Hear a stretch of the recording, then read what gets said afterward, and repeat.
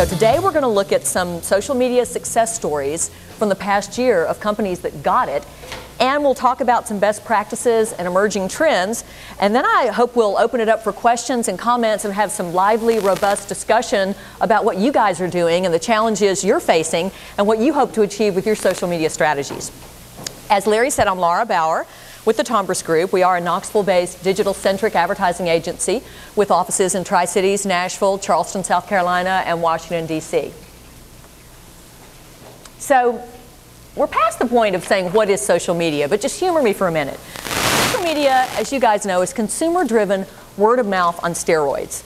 The Edelman Trust Barometer has found that over 70% of people trust information shared by their friends, whereas only 14% of people trust mass media advertising, which hurts, which pains me since I'm in advertising. But it delights me because social media is where word of mouth happens now. It's where friends get these trusted referrals and recommendations from friends. It's just like Sandy sitting at a table over there talking and waving, except now she's also doing it on Facebook and Twitter. Social media is a conversation, not a presentation.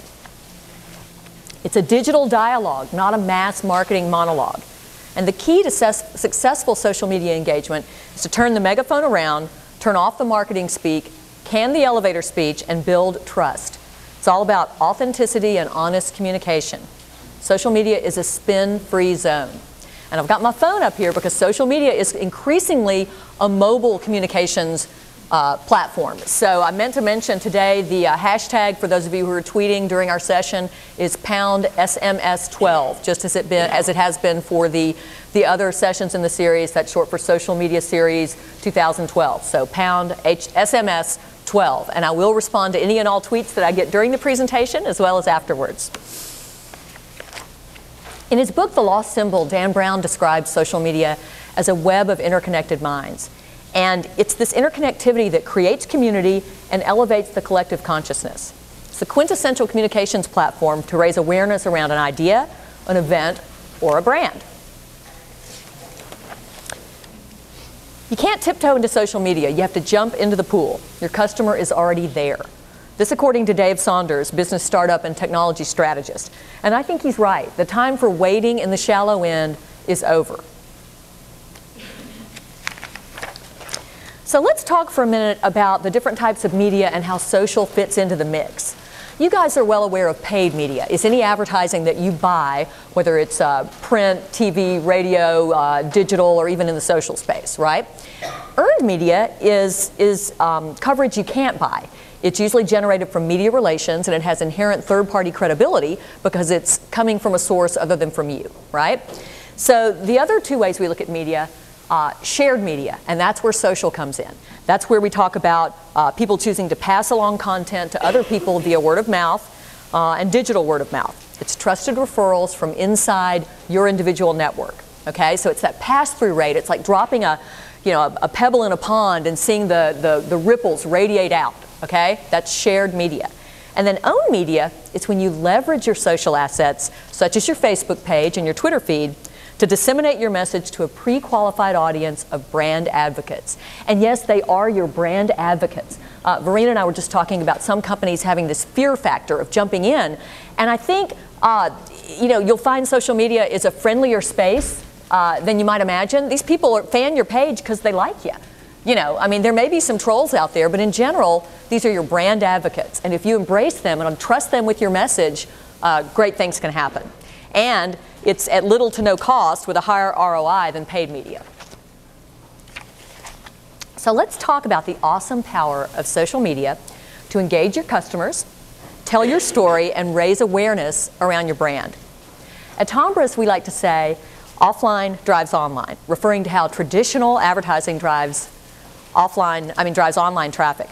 Conversely, social media is an example of online activity driving offline behavior, because consumers are strongly influenced by social media interactions. And there are three terms that I want you to kind of keep in mind as we talk today. The first is ambient intimacy. And again, it's this idea of social media being permeating our surroundings. We've all got our phones, we're all plugged in, so it's ambient around us, ambient intimacy. And social contagion, and yes, I used that term before. There was a movie called Contagion, but it's the same principle. It's, social media is contagious. We're talking, we're tweeting. I've been doing it this morning, talking about the session. I know Leon's tweeting over there now, bless his heart. We keep the conversation going. It's contagious. And then good old-fashioned peer pressure. Your customers are there, your competitors are there, you need to be there. So this is a case of positive peer pressure. Everyone's doing it, and yeah, you should be too, all right? The Academy Award-winning movie, The Social Network, based on the best-selling book, The Accidental Billionaires, tells the story of Mark Zuckerberg, Facebook's iconic founder, and Time Magazine's 2010 Man of the Year. Who saw the movie? Excellent. Who read the book? Okay. Good girl, good girl. Well, the success of this movie underscores, I think, social media's mainstream appeal and pop culture status. So if you want to understand the psychology behind the success of social media, watch The Social Network. I talk to clients all the time who say, well, I just don't get it. I don't get it. Well, there's an old saying, I can explain it to you, but I can't understand it for you.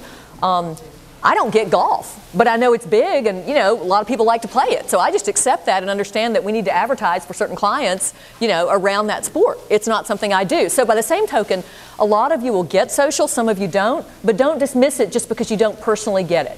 Okay, that's kind of like reading the label from inside the bottle. Okay, we're too close to it. Speaking on behalf of our brands, we have to look where our customers are, all right? So let's start with the 800-pound gorilla, Facebook. I like to think of Facebook as the front porch for social media. It's a place where you invite your friends and family. It's invitation only. You don't really want door-to-door salesmen. Everybody remember the Fuller Brush Man from when we were kids? Some of us. Facebook, you don't want to be harassed. You don't want to have a hard sell. Again, it's about turning the megaphone around. It's nearly 1 billion people interacting within their own personal spheres of influence. So how did Coca-Cola become the biggest brand on Facebook with 36 million likes? Well, the global soft drink giant has concentrated its efforts on a single brand page for multilingual communications. There were 100 or so pages at one point that were Coke-related, and Facebook actually made them collapse it into one master page. And they said they resisted that at first, but now they embrace it. They have obviously a huge global team involved, and different communications, different translations in play. But what they do is they cultivate consumer-generated content. All right, there was a story about a little girl who had made a heart on her driveway out of Coke cans and uploaded that to the internet. They found that, put it on the Facebook page.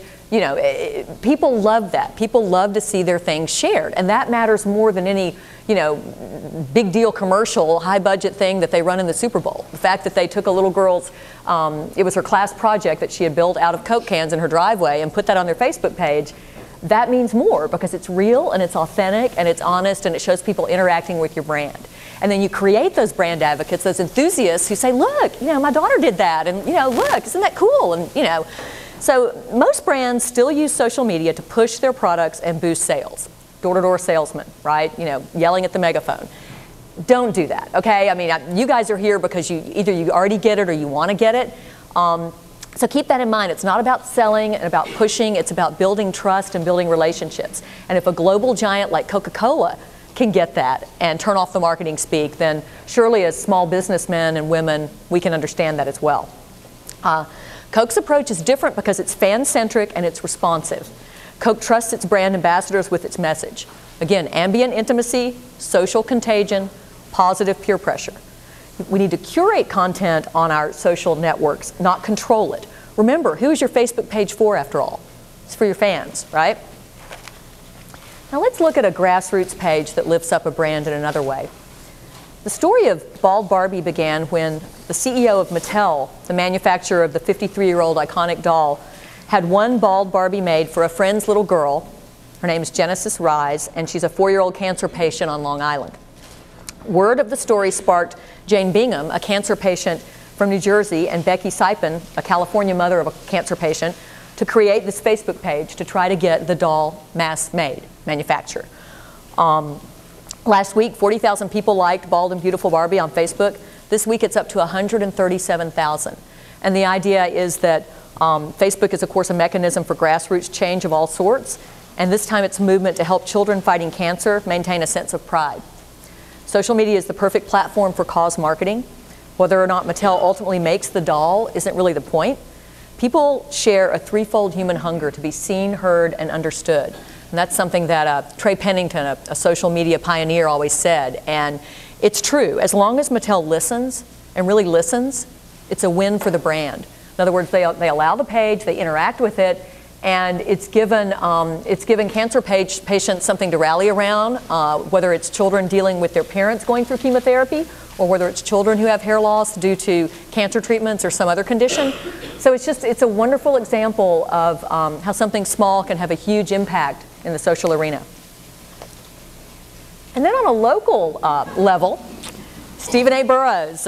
When Stephen A. Burrows was in the womb, his mother could feel his beard kicking. So goes one of the famous Stephen A. Burrows memes on the fan-created tongue-in-cheek Facebook page. For those of you who don't know Stephen A. Burrows and haven't seen his blue steel gaze on the billboards on I-40, he is a lawyer here in town, does accident insurance, and is wildly successful. And a meme is a phrase, an image, a video that's passed around electronically from one internet user to another. So Carly Harrington at the News Sentinel chronicled this very well. There was a UT college freshman, music student in fact, who just on a lark set up this page for Stephen A. Burrows memes. And a lot of them were recycled Chuck Norris memes. But there were some that were original to Knoxville. I read one that said Market Square was a triangle before Stephen A. Burrows represented it. You know, it just took on this life of its own. And rather than be offended, rather than be upset, Stephen A. Burrows embraced it. Okay, he starts going on the page, interacting. It becomes this kind of cult thing. He has T-shirts made. Next thing you know, he's saying, if we get 20,000 fans, I'll hold a party at the Sun Sphere. So sure enough, they got to 21,000 fans, and he had Swag Fest, a party at the Sun Sphere attended by 14,000 members of his so-called swag posse, right? Heck, I even blogged about him, called him the Sultan of Swag, and blogged at Knoxify about him. We had him speak to our marketing association, got a T-shirt autographed for my son who wears it to West High School, where kids are like, dude, you got a Stephen A. Burrows shirt. I mean, talk about a branding bonanza. You can't buy that kind of awareness and exposure. Okay, we talked about paid media, earned and shared.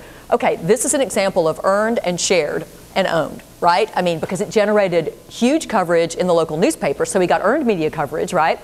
And then it's shared virally. He's gone viral with his memes page, and owned, his own page interfaces with the memes page, so he's keeping the message going. And he's trusting, like Mattel and like Coke, Burrows is trusting his fans to be his brand ambassadors. And I talked to some people in the legal community. Are there any lawyers here? Okay, who were kind of, scoffing at it and saying it was silly.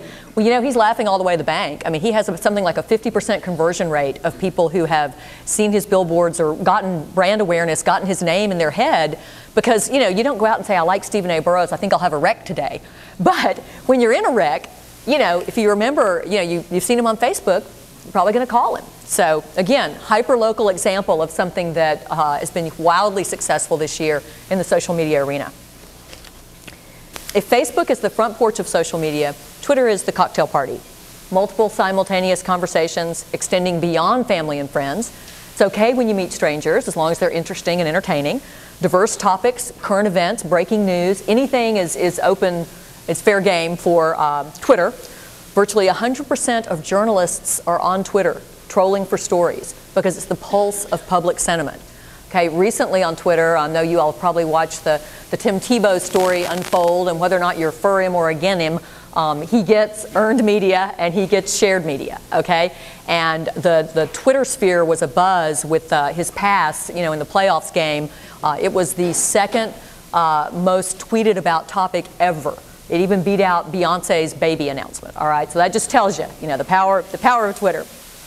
Now, the good news for us as brands and marketers is that Twitter users are more likely to follow other brands and companies than users of other social networks. Okay, remember Facebook, kind of the front porch, friends and family?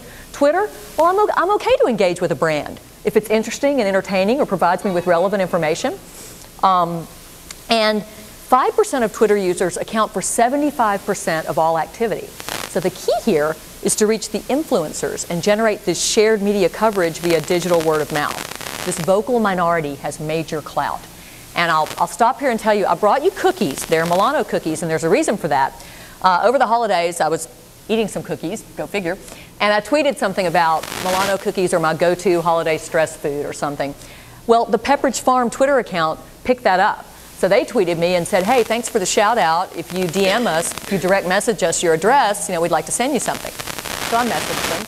I got that box in the back right there with 24 bags of Milano cookies and a handwritten note from my counterpart at Pepperidge Farm, handwritten. She didn't type it. It wasn't a form thing. It said, Dear Laura, thanks for making us your favorite holiday cookie. Hope you enjoy these. Share them with your friends. So I brought them today to share with you guys to show you that a brand like Pepperidge Farm can pick up something that Laura Bauer in Knoxville, Tennessee says on the Twitter sphere, send me a box of cookies. Do you not think that I tweeted a picture, that I Facebooked it, that I told everyone I knew? I mean, that's the kind of viral branding. They let me be their brand ambassador. And besides, who doesn't like Milano cookies? Right? So help yourself, okay? I heard that this example was already shared earlier by my colleague, Jeremy Floyd, who all was here for his session. Yeah, okay, so you get that. So you heard the thing about the guy's getting on the plane, he's craving a steak, he's like, yeah, meet me at the Newark airport with a porterhouse, thanks. Just a joke like I did with the cookies, and, Morton's made it happen. And again, I don't know what you're thinking about it, the power of social media, but think again about paid, earned, shared, and owned. The earned media coverage that was generated from that tweet, it was picked up by news outlets, all over about how Morton's had done that. And also at the airport, they were filming that, and the stewardesses were interviewed, and it became a story in itself. And all that happened because of Twitter. So shared media feeds earned media, and don't you forget it. Another example of that, Lance Armstrong recently mobilized his 3.2 million strong Twitter following to neutralize the 60 Minutes expose about his alleged use of steroids. Did anybody watch that? Well, it's been an ongoing conversation throughout Lance Armstrong's career about whether or not he uses, performance-enhancing drugs. Well, he posted one tweet in advance of the broadcast, and you can see, let's say here, 20-plus career, 500 drug controls worldwide, in and out of competition, never a failed test, I rest my case. Okay, so that's all he said, 140 characters. And it was retweeted thousands of times, effectively making a clean sweep of the web. He offered no interviews, leaving the media no choice but to quote the tweet in its entirety.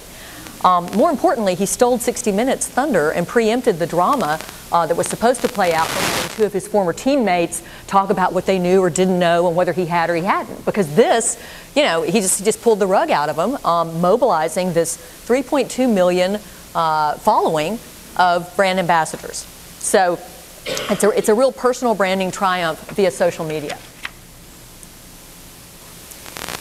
So we talked a little bit about Facebook, and we've talked a little bit about some Twitter examples. Web video continues to dominate the social nets, and as you guys know, YouTube dominates web video. The visual narrative is easy to consume and share, and social media is all about the shared experience. There's even a term for it, tribal viewing. I know I have a teenage son, I know Sandy does, and some of the rest of you do. Millennials are always multitasking. They're not just watching TV, they're talking on their phone, they're texting, maybe playing video games, maybe have their laptop, all of that's going on, and it's this tribal experience. My son will have his headset on to be playing Call of Duty, but he's talking to his friends about the playoff game on TV, okay? So that's the phenomenon, and the secret to a successful viral video, particularly with millennials, is combining stunts, secrets, and hyper-local experiences. So we've looked at some channel-specific examples of social media success stories via Facebook, Twitter, and YouTube. So let's take a look at an integrated multi-channel campaign. Because at Tombras, we're especially mindful of the sales funnel and how all of our marketing efforts on behalf of clients need to impact the bottom line. Return on engagement is the new ROI for benchmarking customer service, reputation management, and brand awareness. But sales conversion, not Facebook audience size, is the ultimate goal. Tombras' client, Bristol Motor Speedway, is a NASCAR short track venue located just down the road in Bristol. It's the 4th largest sports venue in America and the 8th largest in the world, housing up to 165,000 people. Bristol is among the most popular tracks on the NASCAR circuit because of its distinct features that include an extraordinarily steep banking, an all-concrete surface, and 2 pit rows and stadium-like seating. So if you're into NASCAR, you're into Bristol. Recently, it was named one of the loudest NASCAR tracks on the circuit. Now, Bristol has a great tradition and a rabidly loyal fan base, but the economic downturn of the past few years necessitated a paradigm shift in their marketing strategy. Okay, people just couldn't spend to come spend the whole weekend, rent rooms, bring their RVs, pay for gas, and buy race tickets, right? So Bristol really needed to look at things differently and look about ways to reach their consumers across channels. We're still doing iconic print ads, direct mailers, and traditional collateral for Bristol. But because Bristol is forward-thinking, they've embraced social and digital, leveraging their own media channels, such as their Facebook page, to increase fan engagement, raise awareness, and more importantly, drive ticket sales. And a couple of things that we've done with their Facebook page, which may seem obvious, but they weren't doing it before, a Buy Tickets tab. Okay, right here, buy tickets. You can buy them through Facebook. It just takes you to, tickets.com, outlet. But putting that there made a huge difference. We've run contests. I shall tell you a little bit more about, in just a second, some of the specific things we've done. But first, we created a unified look and feel for all their social assets. And last summer, we created an integrated social media campaign called 50 Days of Giveaways. And it was leading up to the August night race, which is their big race of the year. Bristol only actually has 2 races. There's the March race and there's the August race. So it was built around a fan-gated Facebook contest. By that, I mean that you had to fan the page to participate in the contest. There are different ways to run contests. That's one of them. And we tapped into Bristol's passionate base of brand advocates, and we invited user-generated content via Facebook ads, Bristol's Twitter feed, website, e-blasts, and offline assets. So this is just one example. For 50 days, we did 10 week-long contests, and this was the first one, Show Us Your Number. We invited people to show us the craziest ways they supported their favorite driver. This guy obviously has shaved the number 3 into his back hair. So there are tattoos, there are, people decorate their house, there are all kinds of crazy things that fans do, and it would work with UT as well, another client of ours, because UT's fan base is equally as passionate. So we had a lot of fun with that, and we had people, we had another contest, what would you do for a pit pass? And people uploaded interesting things they would do. We had a slow reveal one week that put together a mosaic of a driver's face and asked people to guess who it was. So it was really engaging, and we had a lot of pass-through with people sharing it via their Facebook pages and getting that, again, the pebble in the pond halo effect.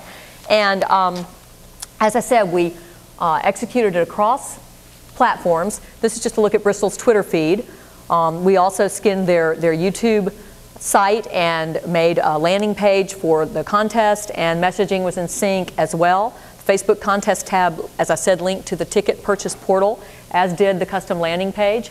We integrated digital signage at the actual track, and we incorporated web video as well. So with everyone jumping on the social media bandwagon, let's talk about some best practices and trends to keep in mind for 2012. In terms of best practices, social TV convergence. Who here is familiar with Get Glue or uses Get Glue? All right, I have one girl in the back. Get Glue is an app that allows you to check into a TV program from your phone or your laptop, and then have online conversations with people around the world who are watching the same thing. Again, it's this notion of tribal viewing, communal experience, millennial multitasking, and watch for programs posting Twitter hashtags on the screen during broadcasts. NFL is particularly adept at this because they understand who their audience is. And they will say, tweet your questions here, or they'll pick up questions from Facebook, or they'll say hashtag playoffs, use that in your Twitter feed. So it's this integration of old media and newer media, of TV and social. TV is not going away. Okay, anyone who panicked and said, oh, TV is dead and we're all frightened. Web video is still a little too clunky. It doesn't upload as well. It's not going to replace TV right now, but the integration between the platforms is where we need to be. It's a great way to encourage cross-channel conversation, and in fact, it's rumored that Steve Jobs' last project was iTV, and if that's true, social TV convergence is about to explode. Integration of all disciplines. By that I mean not just digital integration, but just as we saw with the Bristol campaign, integration is crucial. Marketing, PR, advertising, direct email, service, and sales are not silos. Offline feeds online and vice versa. So Leverage your paid, earned, shared, and owned media assets with a consistent multi-channel message strategy. And it's not that hard to do. It's just instead of thinking of social as an afterthought, when you plan your campaign or your marketing initiative or even your message strategy, think about how you're going to execute it across all these channels. Social commerce. Anybody use Starbucks pay by phone app when you're buying your cappuccino? Leon, of course you would. Paying for your in-store Apple purchase via your iTunes account. Okay. Look for ways to incorporate mobile tactics into your e-commerce strategy. It doesn't fit everyone's business model, but social commerce is now. It's not the future, it's absolutely now.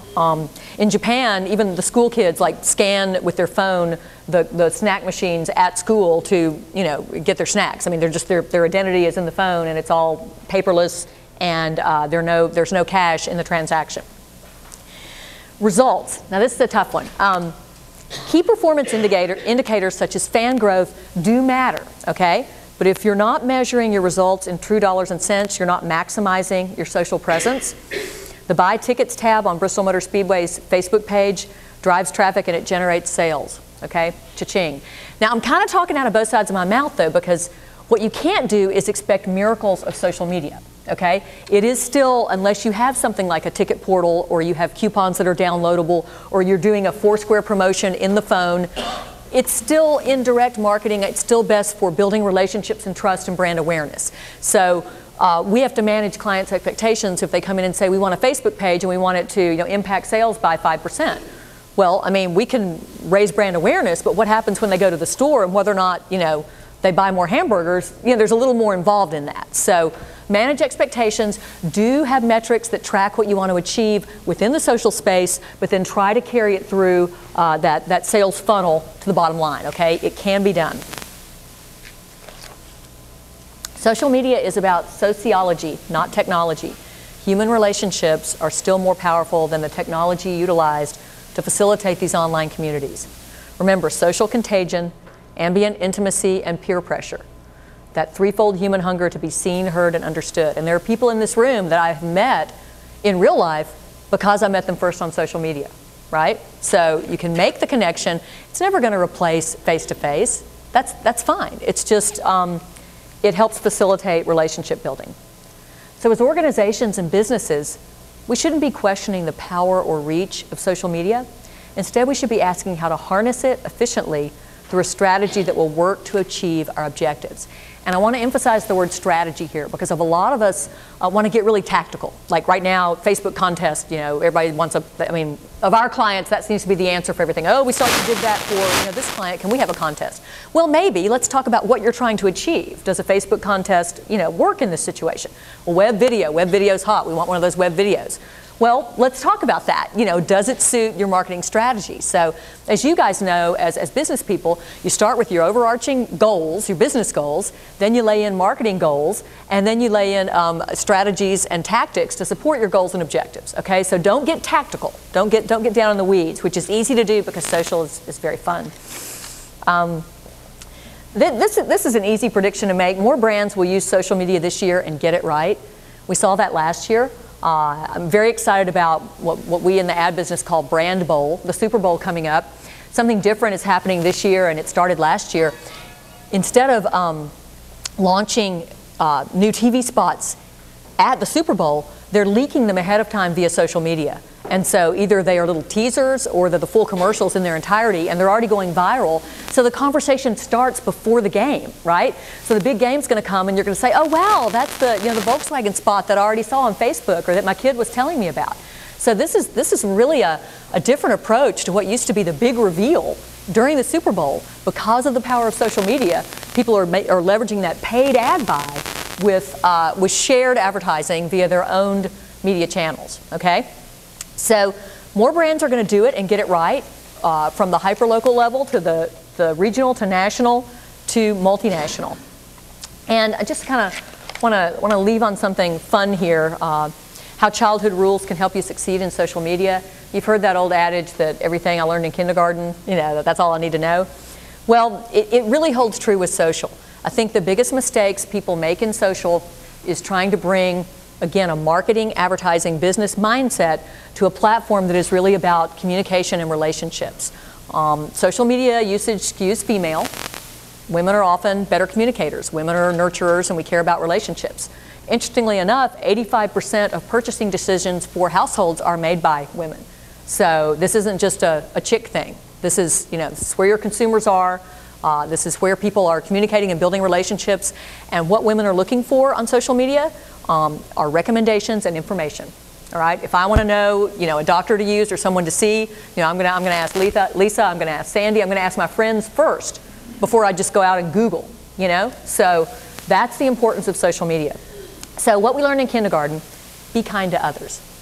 I once saw a bumper sticker that read, "He who dies with the most toys wins." Well, that's not the case with social. Social media isn't about amassing a large number of followers, although people are impressed by that. It's about building an engaged community of followers who might actually frequent your business. Engage with these people on a personal level. Second thing we learned in kindergarten: one toy at a time.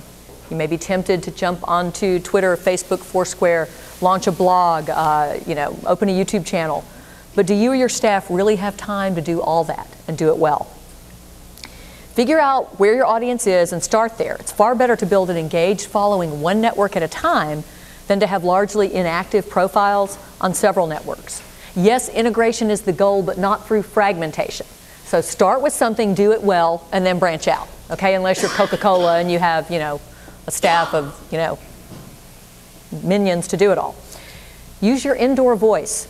Posting Facebook messages about how great your company is and why your products are the best may seem like a great way to advertise, but social media isn't advertising, and marketers need to quash any urges to use their advertising voices here. It's like shouting at your customers through a megaphone when you should be conversing over a cup of coffee.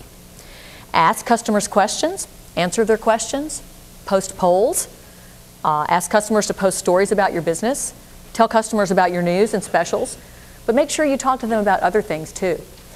A really great way to engage your customers is to ask their advice about a business decision. Another Tombras client that we're very active for in the social space is Waggle's Convenience Stores. As you guys know, that's a locally owned, family-owned chain of 58 convenience stores within a 100-mile radius, just celebrated their 80th anniversary. And I love Billy Waggle because he doesn't get social, but he gets that he doesn't have to get it, that that's where his customers are, okay? So recently we were at a marketing meeting and we were talking about crushed ice versus cubed ice versus pellet ice. Do y'all even know what pellet ice is? Okay, see, people care about this stuff. See, I saw some really passionate nods there. So Billy Waggle's like, well, now, I don't know. I don't know about this pellet ice. And he goes, let's put it on Facebook. Let's ask our Facebook followers what they think. So we set up a little poll and we asked, which ice do you prefer?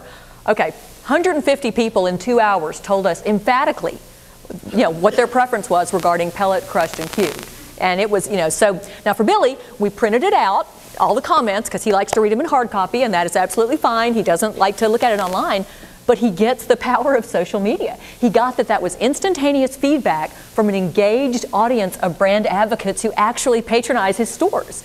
And how cool will that be when we make some shifts with ICE and say, hey, thanks guys, we heard you, and we're going to be doing thus and so going forward, okay? So, again, from the hyperlocal stories to the global stories, it works, friends. It works. And I don't call myself a social media evangelist. I call myself a social media hippie because people said the early adopters wanted it to be this communal space where good things happen and you sing kumbaya and, how could businesses use it?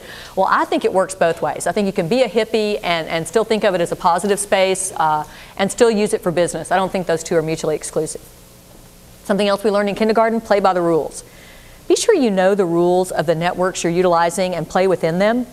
There are great cost-effective apps for contests and promotions you can use to host giveaways on Facebook, so check them out if you want to run a contest. An app I like is called Wildfire, and it is sanctioned by Facebook. Not too long ago, you could run a promotion on the wall on Facebook. Well, you can't anymore. That's illegal. They will shut your page down. So just be mindful that each social network, each channel has its own rules and regulations and also its conventions for messaging and conversation. So be fluent, be conversant in what works on each network. And practice patience. Successful social media programs do not happen overnight. It takes time to build an engaged following. But the payoff is worth it in the long run. Don't be tempted by the scores of direct messages you'll get on Twitter that offer ways to increase your followers by the thousands.